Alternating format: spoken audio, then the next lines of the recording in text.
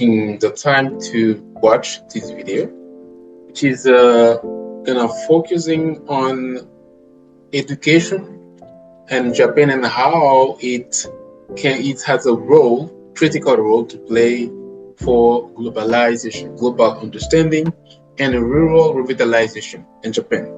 So we will be talking under the title of Educating for Renewal, linking rural revitalization and global engagement in Japan. So my name is Valsin Rival.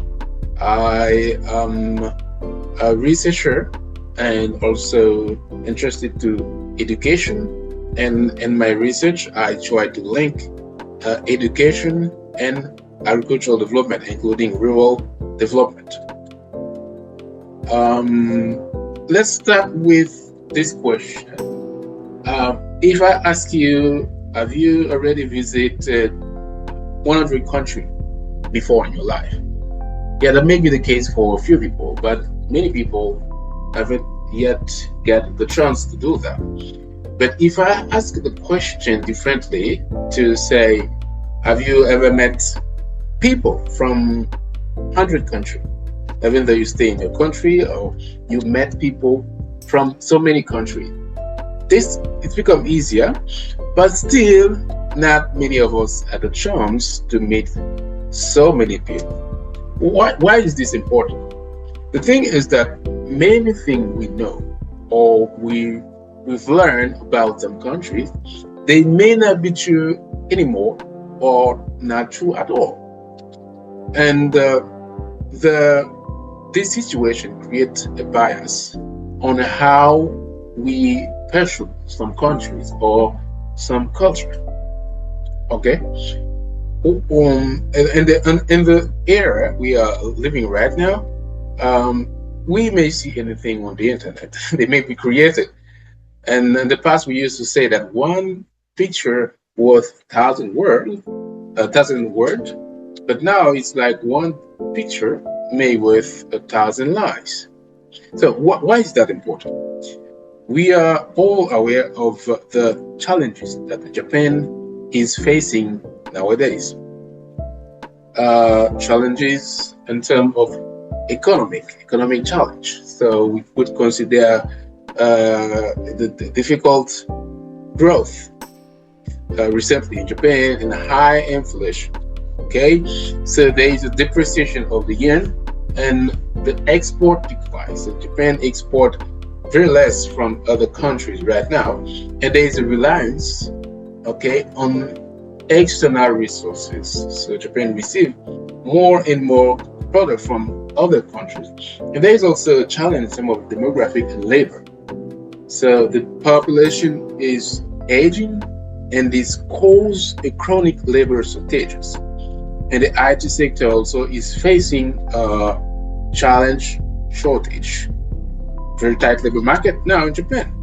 And if we consider the geographical and geopolitical and social challenges, so we know that Japan is navigating a very shifting geopolitical landscape, and we may say also there is a high national debt. This is a political problem. Okay, let's look at those problems based on some published data. So this is data published by OECD showing the evolution of Japan population.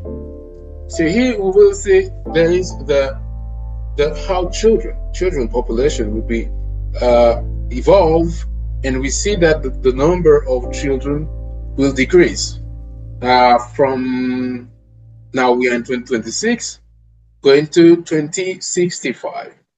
So if you look at the number for working age population, so the percentage in terms of percentage and also number will be decreasing. And the same also for the elderly. So the number of them will decrease, but the percentage of elderly people in Japan will be greater. Okay, the percentage and the world population will be greater. So the problem is not uh, gonna be solved if everything goes as predicted. Let's also consider this to show the evolution of farm business in Japan. We see that the number was decreasing. This is data from 1990 until 2025, and we see the trend is decreasing for farm business, semi-business, type business, everything related to farm activity in rural area is decreasing. So this shows how the Japanese GDP evolve, and we can see really the trend is decreasing with two big discontinuity, maybe represented by the Great Depression and also the COVID-19 around 2019, 2020. And to go further, we see that in the Japanese community, people will be more likely to eat processed food towards 2040, and less fresh food will be eaten. And that may be linked to availability of this food, as Japan is producing less and less and importing more and more from other countries. This is how it's going to be if nothing is done. And this data is published by the Ministry of Agriculture of Japan based on their research. So these show generally how the self-sufficiency evolved. Self-sufficiency for production value basis decreased. It was about 86 in 1965, and recently in 2022 it was only 58% of food self-sufficiency ratio.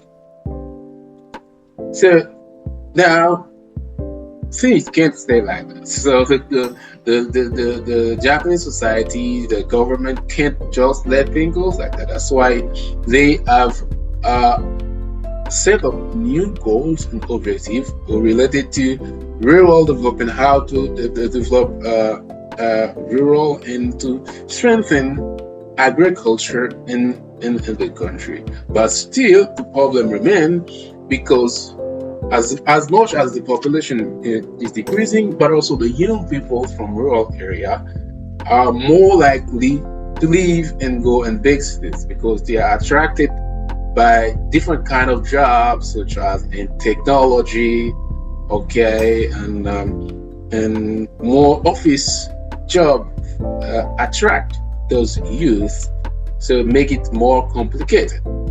But one thing the Japanese have also understood and they should be focusing on is partnerships.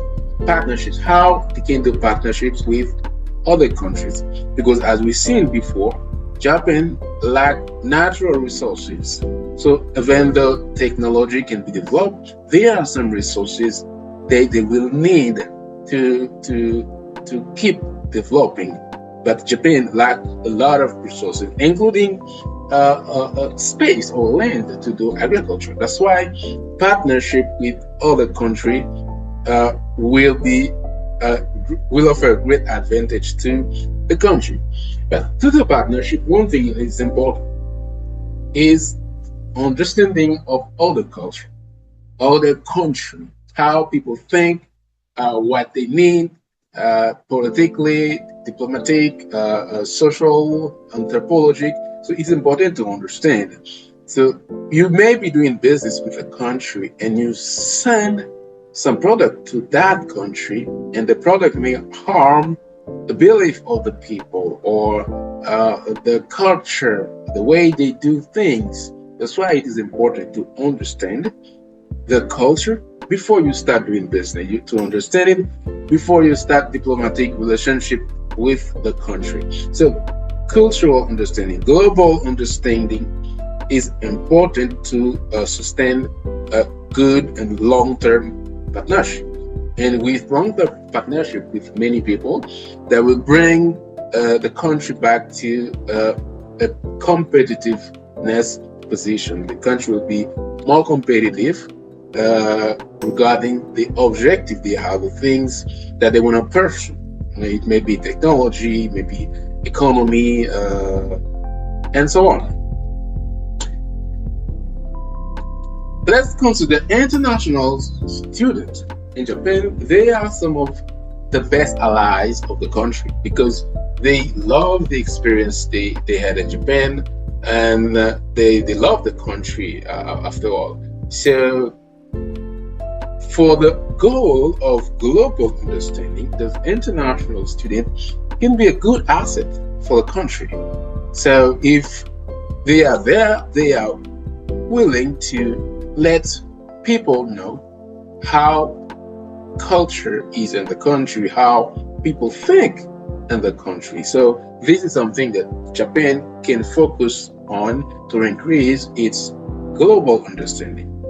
But somehow it seems that the government already understands this. Look at this. This is the goal that the government of Japan set from 2023 as part of a national goal to welcome 400,000 international students in Japan by 2033. And fortunately, even before this date, here is how the evolution of the number was. So by 2024, the number of international students was already almost reaching the goal. So by now in 2026, this goal of welcoming 400 international students is almost set. Another thing is that the Ministry of Education of Japan make a revision of the curriculum to include some courses related to global understanding. Okay, some of them are called comprehensive history, comprehensive geography, or cover civic participation in global responsibility. So those are some effort that the society is, and through the government is doing to go global, to understand globalization more. So they even put in place what they call some super global high school, where the students, they will have to learn on global study program, the global foundation, etc. So the understanding is there. So this is really a great process. However, the problem is that much of these classes are teaching based on textbooks, based on what is written in textbooks. And we know that after a couple of months, this reality may not be the same anymore.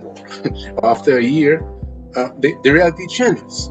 So that's why we believe that it is important to often have communication with actual people, to meet actual people with the country, to have an update or a real story from those particular country. Okay, so this is why we created a platform in order to contribute to that goal, a platform where the schools, international schools in Japan, high school, Japanese high school, university, they can meet international students and invite them to come to the school to give a natural story of the country. They can introduce the country, and all those international students, mainly they are experts from some specific field. The school may be also willing to hear from them based on a particular field, and the school can invite them to come to the school and talk to the student. The student may ask all questions they have in order to have a clear, real, and actual understanding of any country they may be interested in. Because we believe that by meeting internationals, as we've done it several times before, that will create a mutual understanding, that will create empathy, and then the student will be able in the future to create better partnership with countries around the world, and that will help Japan to get back to its competitiveness position. Thank you so much for taking time to look at this video. We are so happy to receive questions from you in comments, and also if you want to partner with us, inviting international professionals and students from our platform, we are ready to partner with you. Just write us through one of the emails you will see on the screen, and it will be a really pleasure for us to contribute to the goal that Japan has. Thank you so much.